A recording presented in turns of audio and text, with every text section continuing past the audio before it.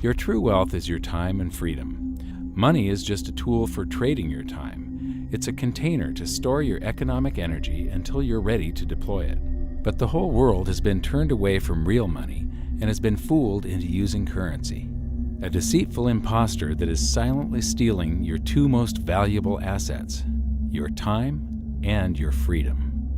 Welcome to the rabbit hole. We are entering a period of financial crisis that is the greatest the world has ever known. The wealth transfer that will take place during this decade is the greatest wealth transfer in history. Wealth is never destroyed, it is merely transferred, and that means that on the opposite side of every crisis there is an opportunity. The great news is that all you have to do to turn this crisis into your great opportunity is to educate yourself. I believe that the best investment that you can make in your lifetime is your own education.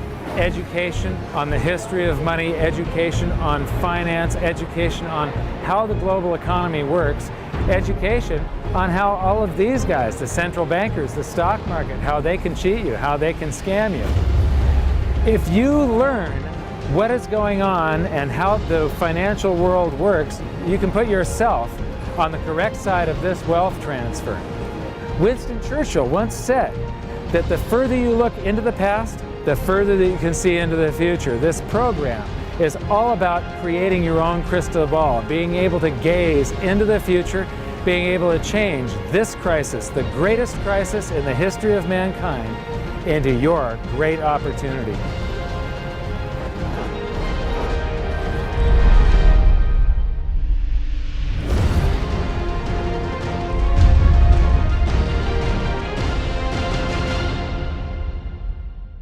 The hidden secrets of money, some of them are hidden in plain sight. They're like right in front of you. The way the monetary system works is something that isn't actually hidden away from all of us. It's out in the open, but it's complex and people just they can't see how it works. It's hard for them to imagine that we're living in such a hoax. Others are meant to be secret, but the truth is slowly coming out, like the Federal Reserve being a private corporation and not really part of the US government. But when I started studying this, what I found was that there was no place that I could point people to where they could get it all in one spot. And so I basically decided to write my book about it and consolidate monetary history, economics, the markets, fundamentals of gold and silver. There's a lot of smoke and mirrors in economics, and I've sort of made it my job to lift the fog for people.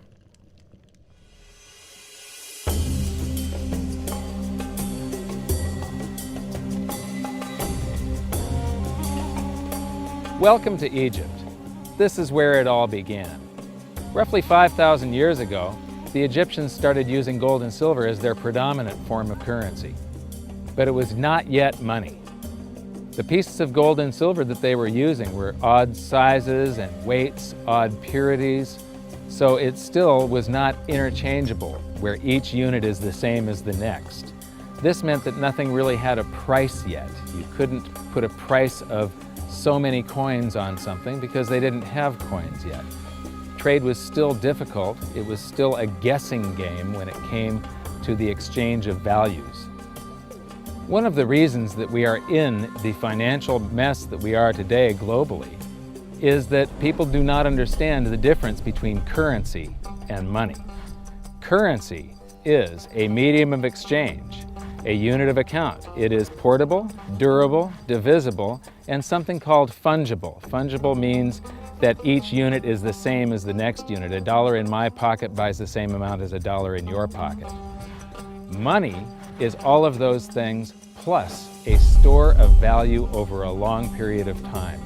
Even financial planners, bankers, your accountant, they don't understand the difference between currency and money. The currency in your pocket is a medium of exchange. It's a unit of account because it's got numbers on it. It's somewhat durable, it's portable, it's divisible in that you can make change, and it's fungible. A dollar in my pocket buys the same amount as a dollar in your pocket. But because governments can print more and more and more of it, and dilute the currency supply, it's continually transferring wealth out of your pocket, out of your bank account, to the government and to the banking system. The reason that gold and silver are the optimum form of money is because of their properties. It's an easy medium of exchange because gold and silver store a large amount of value in a very small area. It's a unit of account. Pure gold has the same value all over the planet. So an ounce of gold buys the same amount here in Egypt as it would in China or in the United States. It's durable. The same gold that Egyptians were using in trade 5,000 years ago is still here with us today. It does not corrode. It's divisible. You can make change with it. It's very portable. You could use something like oil as money. It's just that you can't carry around a barrel of oil on your back. It's fungible. Pure gold is the same wherever it is on Earth. Pure silver is the same wherever it is on Earth. It's limited in quantity. That's the reason that it maintains its purchasing power. Governments cannot print it. Over the last 5,000 years, only gold and silver have maintained their purchasing power. There have been thousands upon thousands of fiat currencies, currencies that are unbacked by gold or silver, and they have all gone to zero. It's a 100% failure rate. Well, fiat currency, of course, is a currency that exists at the dictate or by fiat from a government. You say they have their printing presses, and the paper money rolls off the printing presses. And then they give it the fiat designation, which makes the currency official. It's just worthless paper. But when Ben Bernanke gives it the special sign, and they have the cult meeting at the Federal Open Market Committee meetings, it suddenly becomes currency. If you look at what's really going on, it's a con game. And so there's confidence. Well, the Federal Reserve is very forthright about what they're doing. If you read their websites, they'll tell you it's a confidence game. They tell you that there's no intrinsic value in their money. They'll tell you that they print it backed by absolutely nothing. They actually display all these facts. But if you tell somebody in the public that this stuff is created out of thin air, there's no backing whatsoever, it's absolutely worthless, it's about as valuable as monopoly money, they'll look at you like you're nuts. Is there an example throughout history of a fiat currency, a piece of paper that's unbacked by anything, surviving? Short answer, no. Long answer, no. And here's why. When Addison Wiggin took over at the Daily Record, when they got cranked up, Bill Warner asked him to catalog all of the fiat currencies throughout history and what happened to each of them. Addison dutifully went to work. Within a short period of time, he had gone through the alphabet. All the fiat currencies that started with the letter A were done. They all went to zero. He was halfway through the letter B, and all the fiat currencies that started with the letter B, and there were 600 of them in just the first letter and a half of the alphabet, and every single one of them went to zero. Every one. 600 fiat currencies that start with the letter A, and half of the ones that start with the letter B are 600 of these things. Not one ever came close. Would you think this one, the United States dollar, is going to be the first one after all that? I don't think so. No. No currency, fiat currency has ever survived. None. The thing about money is there actually is a fairly well accepted definition of what money is. The question is, as you apply that definition to particular things that people claim to be money, do they fit the definition? We'll just take the paper dollar, for example. How well does it perform those functions? Well, store of value. The dollar has lost 95% of its purchasing power since the creation of the Federal Reserve in 1913. So not very good as a store of value. One of the things I do is just a way to get the audience's attention is I have a slide, and there are three pictures on the slide. One is a pile of monopoly money. The other one is a pile of Federal Reserve notes, what Americans would call paper money. The other one is a solid gold American Eagle 1 ounce coin. And the title of the slide is, which of these is not like the other? And if you know the show Sesame Street, or you have children who watch it, it's one of the favorite vignettes in Sesame Street. And what it really is a kind of IQ test for 5-year-olds. They're supposed to look at the three things and look at characteristics and find the one that's not like the other. Well, I've shown this slide to groups of Ivy League university professors, and I've also shown it to children, kind of 5 years old, my nieces and nephews and so forth. And when the professors look at it, they say, well, clearly the dollars are not like the others, because gold has no role as money, and monopoly money is junk, and the American dollar is a store of value, so that's not like the other. But the children look at it and they say, well, the gold coin is not like the other, because the other two are just piles of paper, and the gold coin is clearly something different. So my question to the audience is, who's smarter, a 5-year-old or an Ivy League professor? Before World War I, each note that a treasury issued would say that there have been deposited with the United States Treasury $20 in gold coin payable to the bearer upon demand. The money was in the vault. The currency was a note they gave you that was a claim check, only a claim check on the money, the same as if you go to the dry cleaners and you give them your shirt and they give you a claim check for your shirt. The value is that shirt at the dry cleaners, not the piece of paper that says that you own that shirt. So our currency that circulated was the paper US dollars, and they were claim checks on money.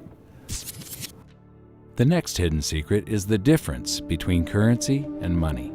Money must be a store of value and maintain its purchasing power over long periods of time. As we progress through this series, you'll learn that national currencies are really a tool used by the government and the financial sector to leech away your time and your freedom by stealing your purchasing power.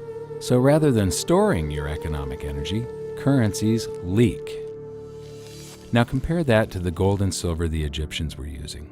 Like I started with, it still wasn't money because it wasn't interchangeable yet. But they were on the right track, as gold and silver have proven over thousands of years to be the ultimate store of value. Gold is only formed when a star explodes, a supernova, and it stays around forever.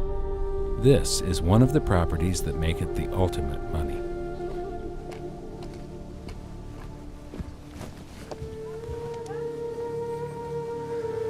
People are amazed that after 5,000 years, the pyramids are still here.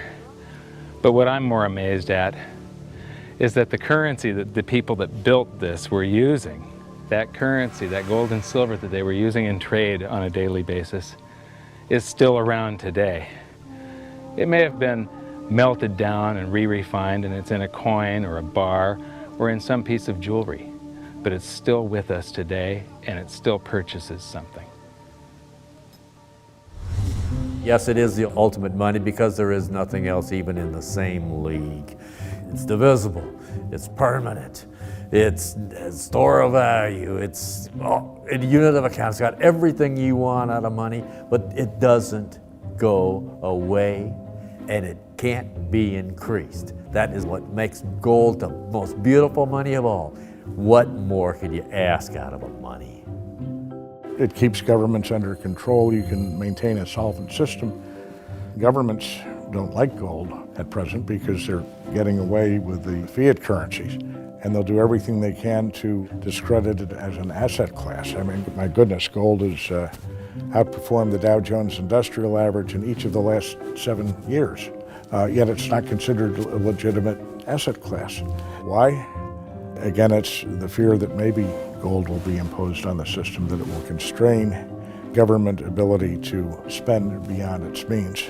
They can't print it. They can't print it, no. The proper definition of inflation, I use Milton Friedman's definition. Inflation is an expansion of the currency supply. Deflation is a contraction of the currency supply. If you expand the currency supply, eventually prices will rise. And if you contract the currency supply, eventually prices will fall. This is a pool, but it's not a pool of water. This is the currency pool. And these are prices. And if you expand the currency supply, prices like a sponge in water have to rise to suck up the excess currency. Governments never stop printing more currency and adding currency to circulation. Therefore, prices keep on going up, not because the stuff that you're trying to buy is changing. The real estate doesn't change. What has changed is the currency purchases less and less. It's the currency going down, not prices going up. The truth is, what we have that makes our world work right now is a big story. None of it's real. It's all just promises. And if you think about it, that's how currency began to work in the beginning. You know, before we had currency, we had barter. I'll give you 3 coconuts and you give me 4 fish, because that's kind of a fair exchange on coconuts to fish. But that got complicated, so we had to invent this thing called money to be a divisible, portable medium of exchange. And the challenge is that we lost that a long time ago, when we lost having things of value be our currency, and now we have this thing called numbers and accounts. But trust me, it is not real. It's a big made-up story. One of the biggest make-believe stories ever is called quantitative easing, which sounds complex, but it's really just a smoke and mirrors term for currency creation. QE started with the banking bailouts back in 2009. This currency was created out of thin air and then given to the banks, who paid themselves record bonuses in reward for crashing the world economy. This is a global phenomenon, but all you have to remember for now is that whether it's QE bailouts or stimulus programs, these are all just voodoo, hocus-pocus terms for increased currency creation. I believe gold and silver will reassert themselves as money. And when they do, there just isn't enough, and their purchasing power is going to go up many, many, many times. Egypt is an amazing place. There's a franticness about it, and utter chaos, especially like the traffic. But when it comes to like all of the merchants that are trying to get every last dime out of you, you get fleeced to the point where you come back with an empty wallet. But you know what? They're amateurs compared to Wall Street. In the past several years, I've spoken in many countries about the crisis that's coming, and a lot of people think that they're going to be okay in their country, that it's only going to happen to the United States or maybe the United States in Europe. But what they don't realize is that this is a global phenomenon. I got to show you something here. This is base currency in the United States. This is the number of paper dollars that exist, basically. It took 200 years to go from no dollars in existence to 825 billion. And then we had the bailouts, and then we had QE1, quantitative easing 1, then QE2, and then we had QE3, and then QE4, and then soon we're going to have QE57 and QE382.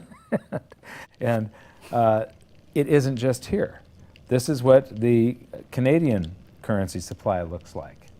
This is Australia, South Africa, Russia.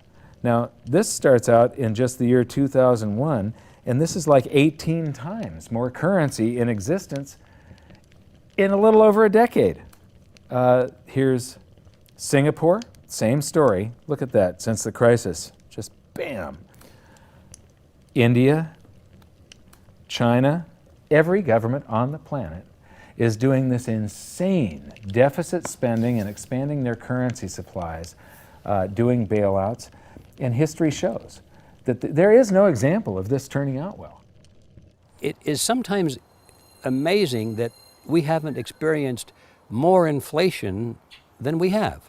If they keep expanding the money supply so vastly, why aren't our prices growing faster than they really are? And the answer is that a good chunk of the money that the Fed created has been shipped overseas.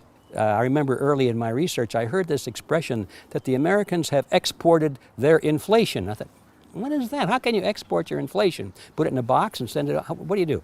Well, now I understand. You export your inflation by simply sending all these dollars that you created to these other countries, and then they send you their refrigerators and their cars and whatever, their TV sets. So you get hardware, and they get little pieces of paper. It's a great deal for the American people for a while. For a while. Sooner or later, all of those pigeons come home to roost.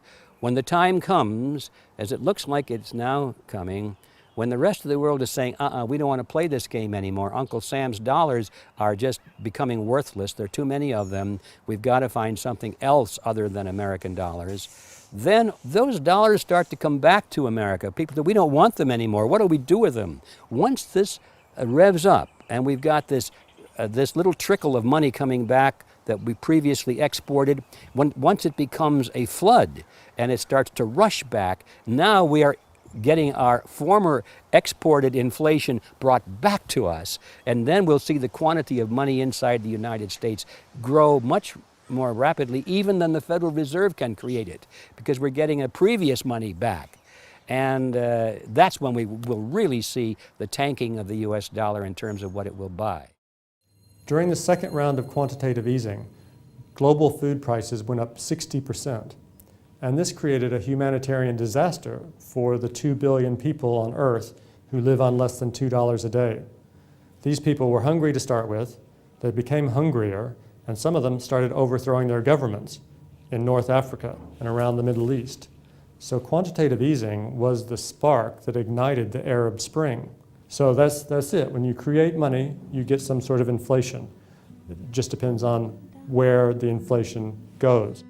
It's all going down, down, down. Peasants are reeling from a game of coins and crowns. Given the premise that you have a permanent underclass or poor class, and how does inflation affect them disproportionately, it affects them basically in the percentage of their income that goes to food.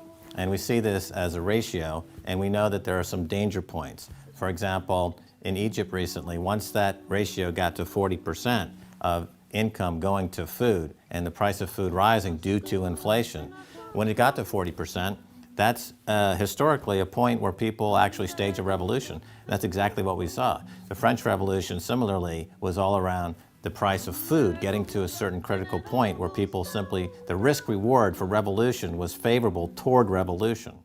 When they print it up, then it all goes down. Well, exactly right, because when you have a runaway inflation, it's punishing the very people who are most productive in society. In other words, the people that produce more than they consume and save the difference.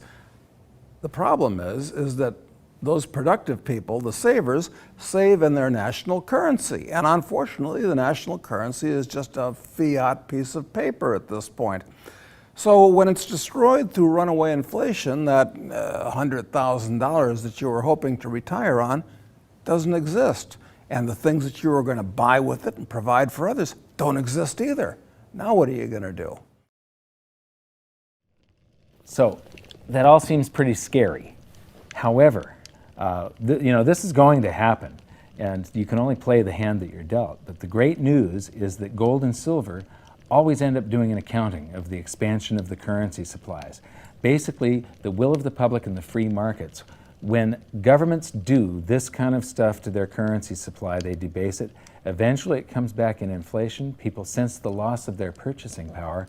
They rush back to gold and silver, and they bid the value of the gold and silver up in the country until it meets or exceeds the value of all the currency in circulation. This is a process that's been going on over and over again throughout history, except this time it's happening on a global scale. It has never before happened in all countries at once. And that means that this is the greatest wealth transfer in history. Therefore, it's the greatest opportunity in history, and it's not going to happen again in your lifetime. So now we've learned that your true wealth is your time and your freedom. Money is a trading tool that stores the economic energy that is your time and freedom, whereas currencies leak them away. Gold and silver are the ultimate money simply because of their properties. Fiat currencies are based solely on confidence and always return to their intrinsic value of zero. Governments don't like gold because it imposes restraint. Rising prices are a symptom of an expanding currency supply, and gold and silver always account for an expanding currency supply. So that's it for this episode. Join me next time as we begin to investigate how monetary history just repeats and repeats, and how gold and silver always win the battle between currency and money. Until then, my challenge to you is to stop calling currency money. It's a crucial first step towards setting your mind free of all this economic voodoo and changing your context. You can learn more by watching the bonus features on our website, and if you have any questions, you can post them there, and we'll answer some of your questions in future bonus features. So good luck, thanks for watching, and we'll see you next time.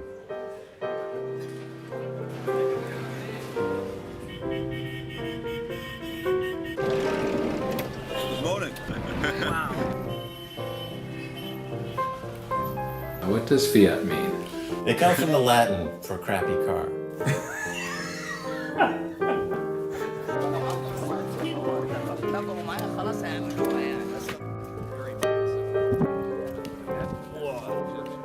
In the desert in a suit. My camel died.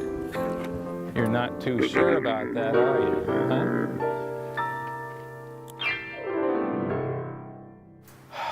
I am ready for a good long nap. Hi, welcome to this bonus feature for the very first episode of Hidden Secrets of Money. And this is currency versus money. So that's the major topic that